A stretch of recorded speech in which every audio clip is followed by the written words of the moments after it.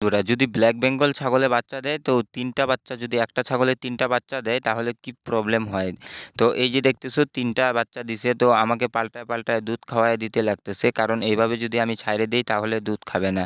আর যেহেতু ছাগলটা অনেক বয়স হয়েছে, এটা আমার পুরানা ছাগল, তো এই যে দেখতেছো এটা হলো যে আমার ফার্ম এরিয়া বলতে পারো। আর এটাই হলো যে আমার ফার্ম। আর এই যে এই ছাগলটাও মনে করো গাব আছে।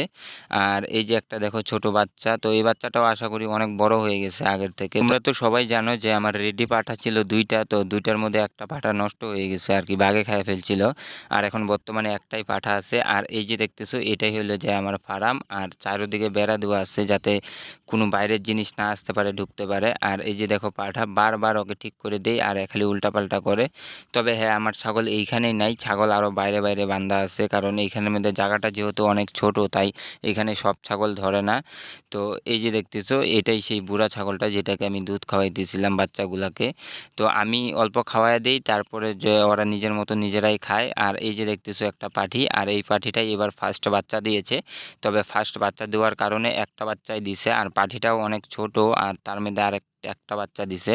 তবে হ্যাঁ, এই পাঠিটার বয়স বেশি না, তো কম বয়সের মধ্যেই ও বাচ্চা দিছে। দুধ গাব বলে না, সেই দুধ গাবেই ছিল। এইখানেও বান্ধা আছে কিছু ছাগল। তবে কি করব, জাগার শর্ট, তার জন্য যেহেতু ছাগল বেশি তাই জায়গায় জায়গায় বান্ধা আছে। তবে এখানে 3টা ছাগল বান্ধা আছে আর একটা ছোট বাচ্চা আছে। তো এই যে দেখতেছো পাঠিটা, এটাও বর্তমানে গাব, তো তার জন্যই আমাকে ছাগলগুলা বিক্রি করতে লাগতেছে, কারণ এত ছাগল রাখা যাবে না আর আমার ফার্মটা অনেক ছোট। আর এই যে দেখতেছো আজকে এই ছাগলটাও গরম হয়েছে, তবে এর ছোট ছোট বাচ্চা আছে, তো এই ছাগলটাও গরম হয়েছে। আর এটা আমার ফিডার না, এটা হলো একটা মহাকাল, আর ওইটা দিয়ে আমি সবসময় সার দেখাই। আর এই যে দেখতেছো এত সুন্দর মাঠের মধ্যে ঘাস হয়েছে, চারদিকে ধান ক্ষেত, তারপরে এত সুন্দর ঘাস। তো এরকম যদি ঘাস থাকে তাহলে চেহারা অটোমেটিকলি ছাগলের আপ হয়ে যাবে, তোমার কিছু ম্যাশ ট্যাশ কিছু খাওয়ানোর দরকারই নাই তোমার কাছে যদি এরকম সুন্দর ঘাস থাকে।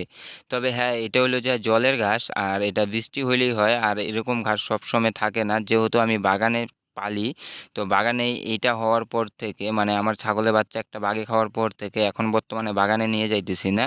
আর কিছু দিনের মধ্যে আমি অনেকগুলা ছাগলই বিক্রি করব, তার কারণ হলো যে আমার ফার্মটা অনেক ছোট হয়ে গেছে, আর ফার্মটাকেও আমি অনেক বড় করার চেষ্টা আছে।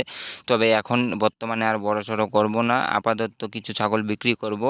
এখানে কয়েকটা ছাগল আছে, তবে সব ছাগল নিয়ে আসি নাই। আর ছাগলগুলোকে আমি যেহেতু 2 টাইম করে খাওয়াই, তবে উল্টাপাল্টা করে খাওয়াই। তো আগে যেগুলাকে নিয়ে আসছিলাম বাড়ি থেকে, তো ওইগুলাকে খাওয়াই ফেলছি, আর ওইগুলা এখন বাড়িতে চলে গেছে। তবে এখানে কয়েকটা বুড়ানি ছাগল আছে আর 1-2টা বাচ্চা আছে। তবে হ্যাঁ, এখন আপাতত মাঠে আর নিয়ে যাব না, মানে বাগানে আর নিয়ে যাব না, বাড়ির সামনে যে মাঠটা আছে সেটাতেই খাওয়ানোর চেষ্টা করব। আর আশা করি এইখানে খাওয়াইলেই আমার ছাগলের সবগুলারই পেট ভরে যায়। তবে আজকের ভিডিওটা ছিল এই